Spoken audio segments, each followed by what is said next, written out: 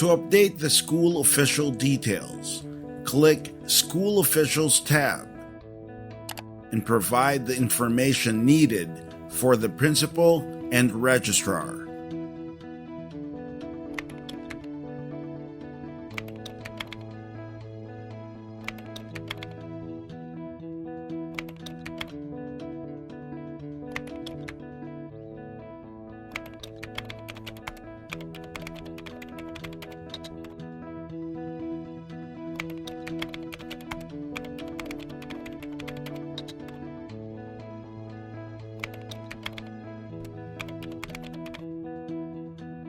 Click Update Details each time to save the encoded information.